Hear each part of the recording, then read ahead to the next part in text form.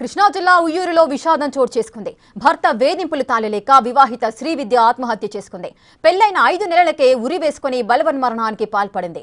శ్రీవిద్య ఓ private కాలేజీలో lecturer గా పనిచేస్తుండగా ఆమె భర్త రాంబాబు విలేజ్ సర్వేయర్ గా పనిచేస్తున్నాడు. భర్త పెట్టిన బాధల్ని శ్రీవిద్య సూసైడ్ నోట్లో వివరంగా రాసింది.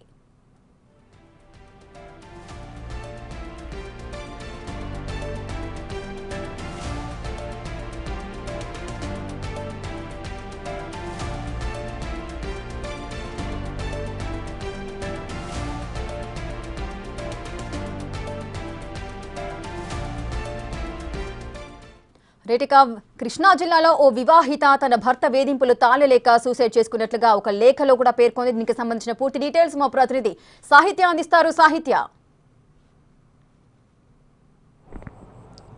సో ఉయ్యూరులో ఎవరైతే వివాహిత శ్రీవిద్య ఆత్మహత్య వెనకాల అనేక కారణాలు ఉన్నట్టుగా కూడా అర్థమవుతా ఉంది. అది అసలు హత్య అనే విషయం కూడా ఇటు తల్లిదండ్రులు కూడా తేల్చుకోలేని పరిస్థితి అయితే ఉంది. ఎందుకంటే ఆ సూసైడ్ లెటర్లో ఎక్కడా కూడా తాను చనిపోతున్నాను అని కూడా రాయలేదు కాబట్టి వాళ్ళు కూడా అనేక అనుమానాలు వ్యక్తం చేస్తున్న పరిస్థితి అయితే ఉంది. వివాహితకి ఖచ్చితంగా 23 ఏళ్ళు మాత్రమే. ఆవిడ ఒక సీనియర్ లెక్చరర్గా కెమిస్ట్రీ సబ్జెక్ట్ టీచ్ చేస్తూ కూడా శ్రీ చైతన్య కాలేజ్లో ఆవిడ వర్క్ చేస్తూ ఉండేది. గత 2 సంవత్సరాలుగా కూడా శ్రీవిద్య అక్కడే పనిచేస్తూ ఉన్న పరిస్థితి అయితే ఉంది. 4 నెలల క్రితం ఏప్రిల్లో అయితే కనుక ఆమెకి పెళ్లి చేసిన పరిస్థితి అయితే ఉంది. ఆమెకి అరేంజ్డ్ మ్యారేజ్ చేశారు తల్లిదండ్రులు. ఇక్కడ ఏదైతే ప్రస్తుతం మనం ఆమె పుట్టిళ్ళ దగ్గర అయితే ఉన్నాము, మొవ్వకి ఆమె మృతదేహాన్ని అయితే కనుక ఇక్కడికి తీసుకొచ్చిన పరిస్థితి అయితే ఉంది. ఇక్కడ విషాద ఛాయలు అయితే అలుముకున్నాయి. వాళ్ళ నాన్నగారు కానీ వాళ్ళ అమ్మ అందరూ కూడా ఏడుస్తూ విలపిస్తూ, అంటే ఆమె ఖచ్చితంగా ఆత్మహత్య అయితే చేసుకోలేదు, చేసుకునేంత పిరికిది కాదు శ్రీవిద్య అంటూ కూడా వాళ్ళు చెప్తూ ఉన్నారు. ఇటువైపు స్నేహితులతో పాటు శ్రీ చైతన్య కాలేజ్ నుంచి కూడా పలువురు విద్యార్థులు కూడా ఇక్కడికి వచ్చి చూసిన పరిస్థితి అయితే ఉంది. ప్రస్తుతం మనతో శ్రీవిద్య స్నేహితురాలు అయితే మనతో ఉన్నారు. అసలు ఎలా ఉండేది, ఎన్నిసార్లు కాల్ చేస్తూ ఉండేవాళ్ళ, ఎప్పుడైనా మాట్లాడు తెలుసుకుందాం. మనం చెప్పండి, మీ ఫ్రెండ్ శ్రీవిద్య అసలు సూసైడ్ చేసుకున్నారు అని పోలీసులు చెప్తూ ఉన్నారు. బట్ కానీ తల్లిదండ్రులు ఏమో సూసైడ్ కాదు అంటున్నారు. మీతో ఎప్పుడెప్పుడు మాట్లాడుతూ ఉండేవాళ్ళు? చనిపోయే ముందు ఎప్పుడైనా ఫోన్ చేశారా? నాకు నిన్ననే మెసేజ్ చేసింది. ఫ్రెండ్షిప్ డే కాబట్టి హ్యాపీ ఫ్రెండ్షిప్ డే అని నాకు మెసేజ్ చేసింది. మార్నింగ్ అలా చేసింది. నేను రిప్లై ఇచ్చాను. మళ్ళీ గ్రూప్లో మళ్ళీ ఈవినింగ్ కాదు నైట్ 11:12 అలా మెసేజ్ చేసింది. ఆ టైంలో తను అసలు మెలకుగానే ఉండదు. ఆ టైంలో ఎలా చేసిందని నేను మార్నింగ్ చూసుకున్నాను కానీ నేను రిప్లై ఇవ్వలేదు. ఇంకా 9కి ఆఫీస్కి అలా బయలుదేరుతూ ఉండగా 9కి ఆఫీస్కి బయలుదేరుతుండగా నాకు మెసేజ్ వచ్చింది. తను శిరీష నాకు మెసేజ్ ఫార్వర్డ్ చేసింది, ఇలా హ్యాంగ్ చేసుకొని చనిపోయిందని. చాలా షాక్ అసలు అయిపోయాను. తనందుకు అసలు హ్యాంగ్ చేసుకునేది, అలాంటి అవసరం ఏంటి? తనే మాకు ధైర్యం చెప్పేది కాలేజ్లో కానీ ఎగ్జామ్స్ టైంలో కానీ. అలాంటిది తనెందుకు అలా చేసుకునేది అని నాకు చాలా బాధేసింది. ఓకే, అంటే ఎన్ని ఇయర్స్ ఫ్రెండ్షిప్ మీది? నిన్న కూడా ఫ్రెండ్షిప్ డే కాబట్టి ఫ్రెండ్షిప్ డే విషెస్ కూడా మీకు చెప్పిన పరిస్థితి అయితే ఉంది. అంటే అర్ధరాత్రి పూట ఎప్పుడు కూడా ఆమె మేలుకు ఉండడం కానీ, మాట్లాడడం కానీ, ఫోన్లు చేయడం కానీ ఎప్పుడు చేస్తుండేది? లేదు 10 తర్వాత తను అసలు ఫోనే పట్టుకోదు.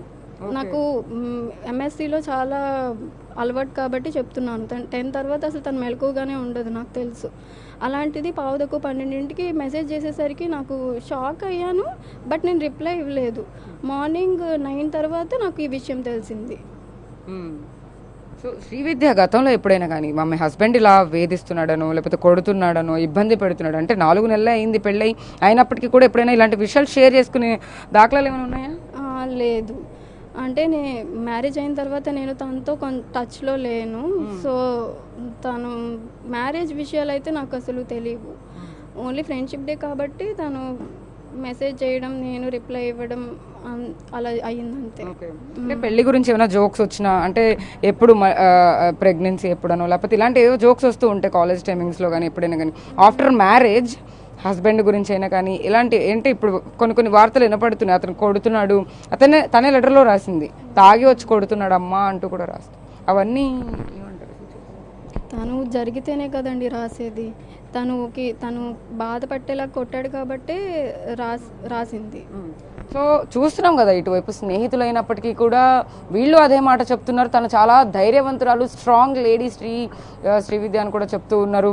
తన పేరులోనే విద్య ఉంది. అండ్ తల్లిదండ్రులు కూడా ఇటువైపు ఆత్మహత్య చేసుకున్నంత పిరికిది శ్రీవిద్య కాదు అంటూ ఉన్నారు. మరోవైపు విద్యార్థులు కూడా ఖచ్చితంగా ఎవరైతే దీనికి ఈ హత్య వెనకాల ఎవరైనా ఉన్నారా, లేకపోతే ఏంటి ఆమె మరణానికి కారకులు ఎవరైనప్పటికీ కూడా వాళ్ళకి ఖచ్చితంగా శిక్ష పడాలి అంటూ కూడా అందరూ కోరుకుంటున్న పరిస్థితి. ఇది ఒక మిస్టరీగా మారిందని చెప్పొచ్చు. ఇటువైపు ఉయ్యూరు పోలీసులు కూడా దీని మీద దర్యాప్తు కొనసాగిస్తూ ఉన్నారు. ఎందుకంటే 13 అడుగుల వరకు కూడా ఆ ఫ్యాన్ పైకి ఉంటుంది. తన హైట్కి ఎంత కుర్చీలు వేసుకున్నా, స్టూల్స్ వేసుకున్నా కూడా సరిపోదు ఆ హైట్ ఉరివేసుకోవడానికి. సో ఖచ్చితంగా అక్కడ ఆప్షనే లేదు ఉరివేసుకోవడానికి అంటూ కూడా వాళ్ళు కొన్ని డీటెయిల్స్ చెప్తున్న పరిస్థితి కనపడుతుందని చెప్పొచ్చు రేఖ. Right, thank you.